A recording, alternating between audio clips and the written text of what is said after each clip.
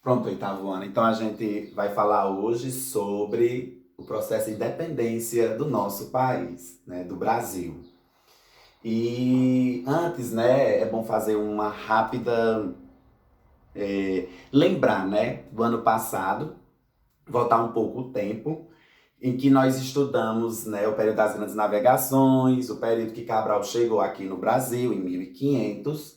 Então, no ano de 1500, essas terras foram conquistadas pelos portugueses, as terras brasileiras, né? Vieram e ocuparam, começaram pelo litoral, e do litoral em diante, né, foram adentrando mais o território, que achavam, né, que seria tão pequeno, né, um monte, né, que foi o que Cabral denominou quando ele viu de longe o Monte Pascal, né, porque era período de Páscoa.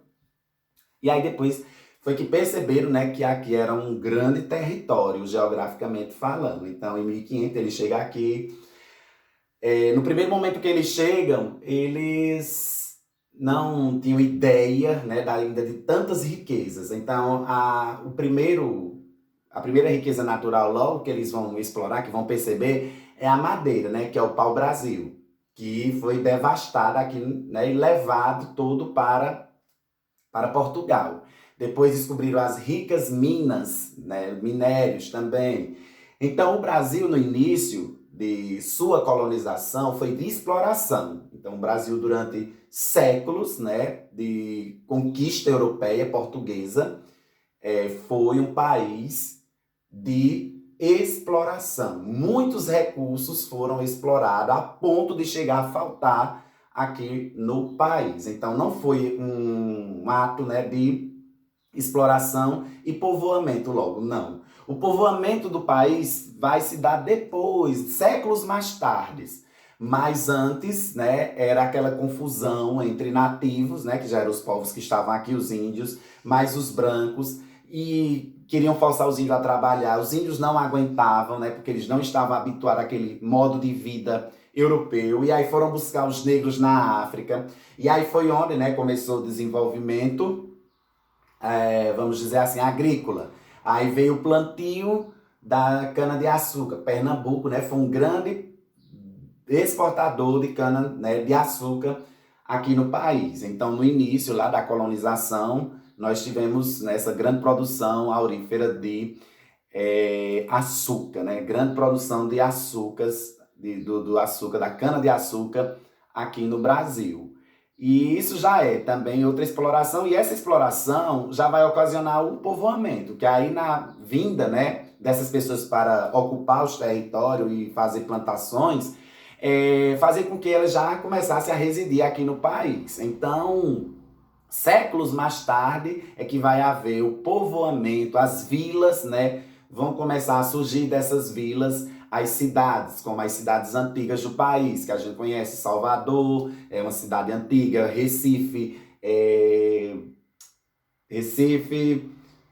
que agora me falha na memória, Olinda também, né, bem antiga, e Fortaleza também, São Luís do Maranhão, São Paulo, São Vicente e Rio de Janeiro. Então são as cidades, né, litorâneas, né, as que eu citei, e que serviu, né, de um grande desenvolvimento econômico, um desenvolvimento agrícola. Depois veio a pecuária também, né, que aí foi onde eles foram ter a necessidade de desbravar mais o território e conhecer melhor o território brasileiro. Então, aí já finalizando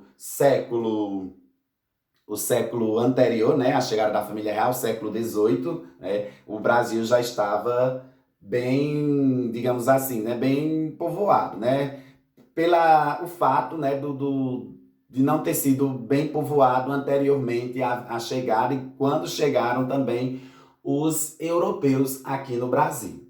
E aí, dando continuidade, então, nesse caminhar todinho, Portugal vai ter uma colônia, e uma colônia bem rica, que é o Brasil. Então, o Brasil estando lá, bonitinho, colonizado, aí o que é que acontece? Como eu falei para vocês anteriormente, né, sobre Napoleão Bonaparte, sobre o poder, né, que este homem tinha sobre a Europa, sobre a França, lá durante o seu reinado, que ele, né, tinha uma disputa que ele era louco para dominar a Inglaterra, a rainha dos mares, né, e não conseguiu. E ele fez um bloqueio continental. Ele proibiu dos países comercializar com a Inglaterra para que a Inglaterra ficasse fraca e ele conseguisse dominá-la.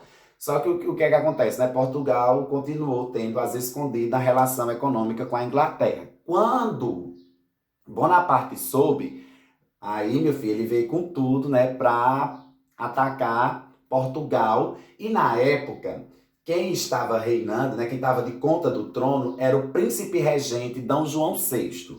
Porque o seu pai havia morrido, quem ocupou o trono durante um bom tempo foi sua mãe, Dona Maria I. Só que Dona Maria I enlouqueceu e aí ele quem ficou de posse do trono. Ele quem ocupou o trono português, Dom João VI. Ele não poderia se tornar rei porque a mãe dele ainda estava viva. Ele só podia tornar rei quando a mãe dele morresse. Mesmo louca, mas continuava ainda sendo a rainha. E aí, diante desse bloqueio continental, o que é que vai acontecer, né? Quando ele rompeu, né, Portugal, às escondidas, aí, junto com a Inglaterra, porque a Inglaterra já estava de olho no Brasil e Portugal já pensava mesmo em vir para o Brasil, com medo que a Inglaterra tomasse de conta, aproveitou a deixa. Só que Portugal não podia bater de frente com a Inglaterra, porque Portugal estava arruinado, pobre, tinha que se aliar. Então fez acordos com a Inglaterra apoiou a vinda da família real para o Brasil, mas não foi um apoio de graça. Mais tarde, a Inglaterra iria cobrar tudo com juro e correção, que de fato aconteceu quando Dom João chegou aqui no Brasil. E aí, em 1808, né, eu tive que dar uma adiantada, né? Aí, nesse interim aqui, né, a gente vê a chegada da família real. Antes de abordar esses dois assuntos que eu vou já falar. Então, chega a família real em 1808. Então, em 1808, eles saem de Portugal, traz a metrópole, né, no caso, Portugal, Lisboa, e transferem toda aqui para o Brasil, chegam em Salvador e de Salvador desce para o Rio de Janeiro. É isso que aconteceu. Só que, gente, anterior a esse acontecimento, que a vinda da família real provocou a independência do Brasil mesmo. Foi como se tivesse sido estopim, né? Ajudou mesmo. Mas antes, né, aconteceram movimentos que esses movimentos também contribuíram para a independência do Brasil, que foi aí a Inconfidência Mineira, que aconteceu em Minas Gerais, a Inconfidência Mineira, e também a Baiana, né? Então, é aí que nós temos, né, a crise no sistema colonial, que se chama. O sistema colonial brasileiro entra em crise. Nós temos a Conjuração Mineira, como eu disse, que aconteceu em Minas Gerais. Essa conjuração aconteceu por revolta, mas não era revolta de gente pobre, era revolta de gente rica mesmo. Quando Portugal, vivendo da maré mansa, né, de vida boa, ou seja, vivia dos impostos, né, da colônia, aumentou os impostos em Minas Gerais, né, no que se produzia em Minas Gerais. E o aumento desse imposto era chamado de derrama. Então, derrama é o aumento abusivo de impostos. Então, Portugal começou a abusar, né, da cobrança de impostos. Então, isso gerou uma revolta para os trabalhadores mesmo ricos, né, para os latifundiários.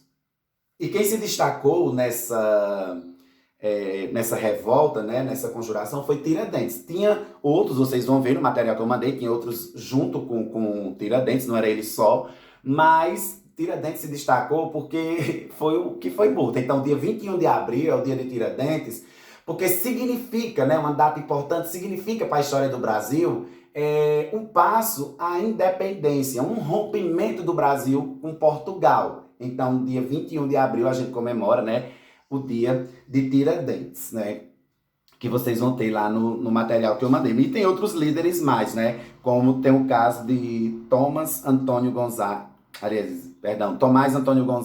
né, Domingos Abreu Vieira, entre outros, né, e José da Silva Xavier, famoso Tiradentes, que foi morto.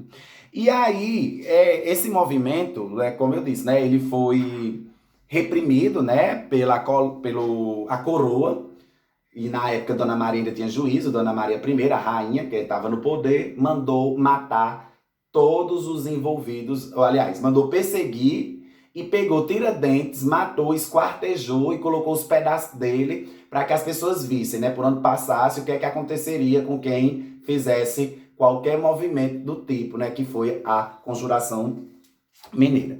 Também vem a Conjuração Baiana, que aconteceu na Bahia, no estado da Bahia, na cidade de Salvador, né? A Conjuração dos Alfaiates, como diz. O movimento baiano teve caráter popular, esse movimento, e um forte conteúdo de oposição à elite. A economia social contou com a participação de pequenos comerciantes, soldados, artesãos, alfaiates, negros libertos, mulatos e escravos, além de alguns homens brancos mais abastados. Então, esses, né, os participantes da Conjuração Baiana, que não foi como a Conjuração Mineira, né, que era um movimento mais elitista. Esse da Conjuração Baiana já teve a participação da classe popular. Também foi um movimento sufocado, como vocês vão ver. Foi também perseguido, né, duramente perseguido pela coroa, porque não aceitavam de forma alguma que o Brasil se tornasse independente, que o Brasil se tornasse futura república. Claro que Portugal não queria perder tais terras, e a gente sabendo, né, da riqueza que tinha aqui no Brasil, que tinha e que tem ainda aqui no Brasil. E aí, depois que passa, né, essas conjurações, a Conjuração Mineira, a Conjuração Baiana, vem a chegada da família real ao Brasil. Então, quando a família real chegar aqui em 1808, que traz, né, consigo, como se trouxesse consigo a capital, né, da colônia, da metrópole, né, no caso Portugal, então precisava modernizar, que o Brasil é como se não tivesse preparado, né, para receber a família real.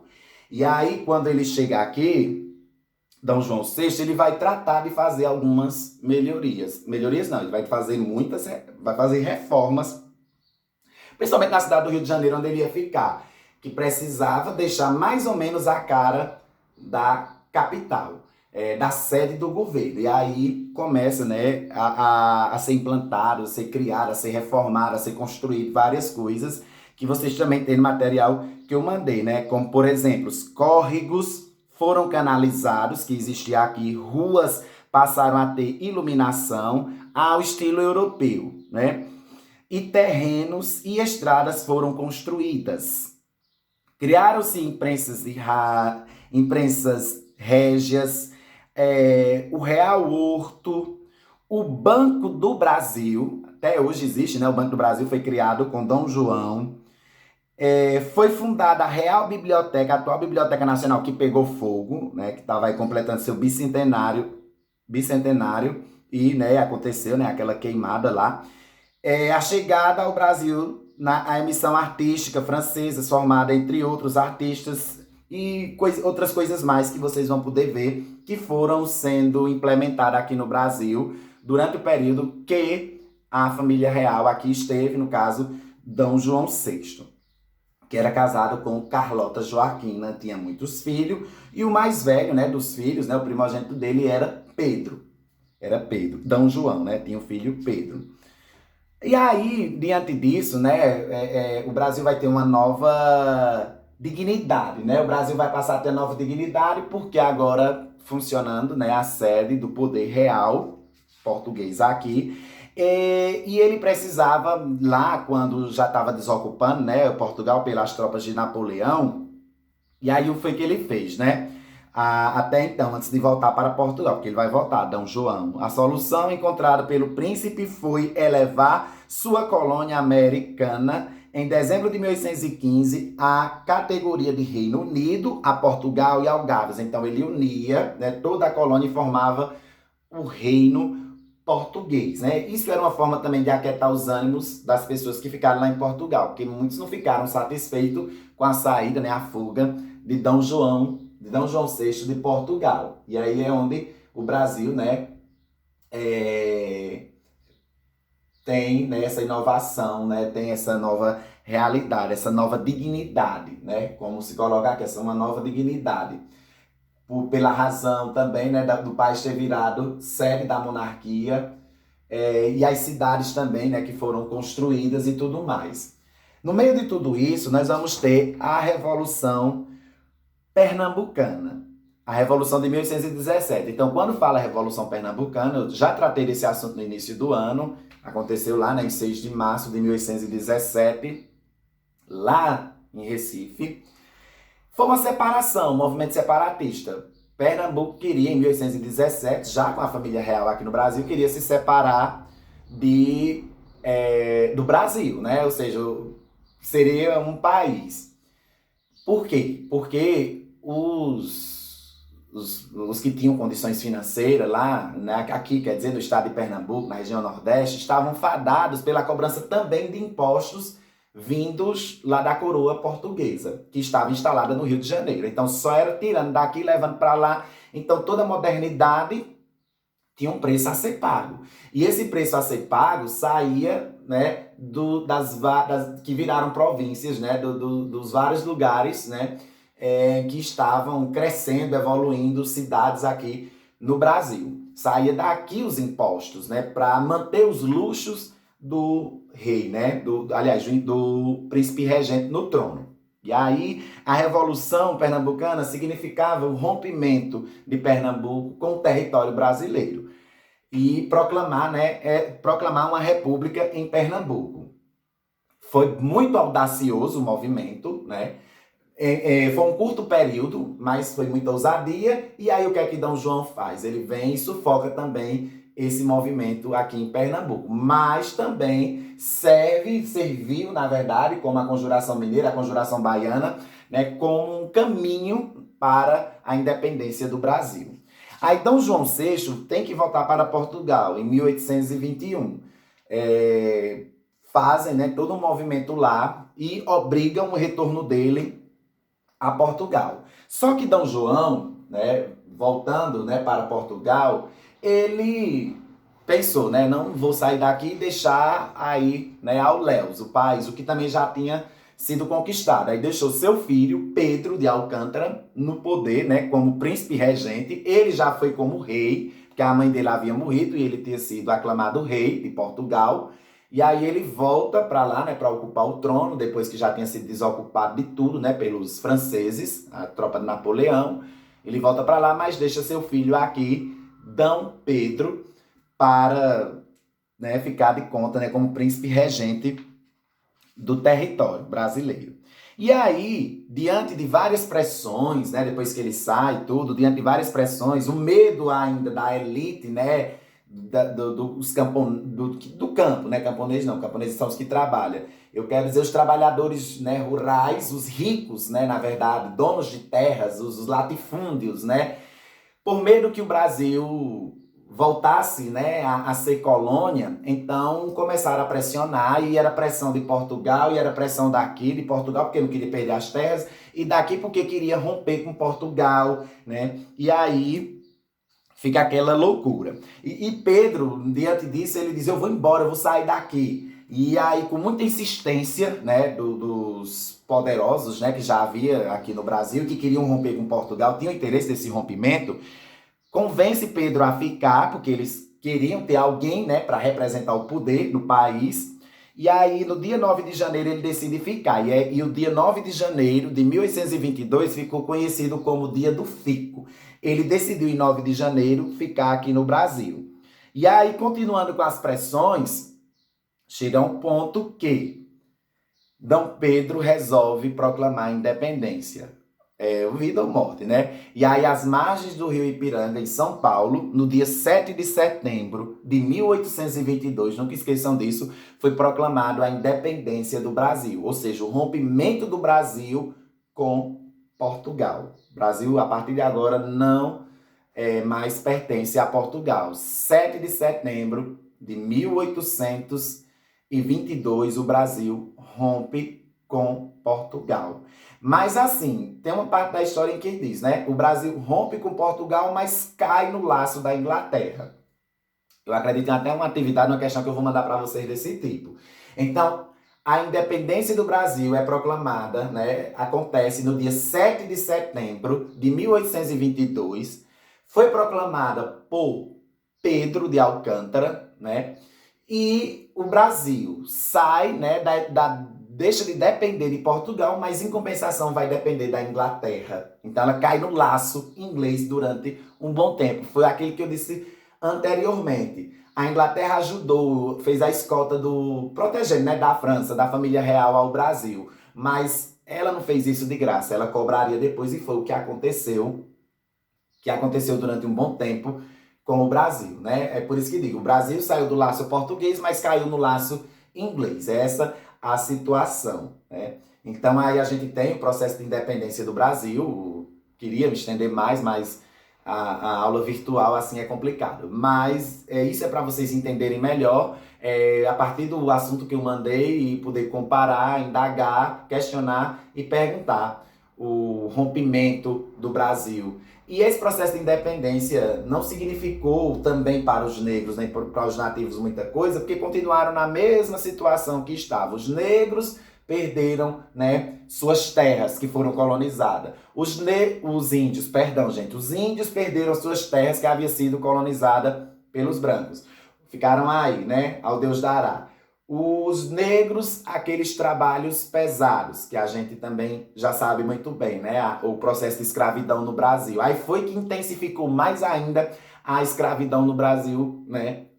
Porque agora o Brasil deixa de ser colônia e passa a ser império, que aí D. Pedro vai ser aclamado imperador do Brasil, né? O primeiro imperador do Brasil. Então o Brasil vai viver um período de império. O Brasil viveu duas fases de império, que nós temos o primeiro momento de império, né, de D. Pedro, que a gente ainda vai estudar, né, todo o governo de D. Pedro I. Depois tinha o Brasil Regência, né, e aí vem o outro reinado, o segundo reinado, que chama, né, que é o Império II, que já foi, né, governado pelo filho de Pedro I, que vai ser Pedro II. Mas aí depois a gente vai dar continuidade estudando o Brasil Imperial a partir do governo de D. Pedro I.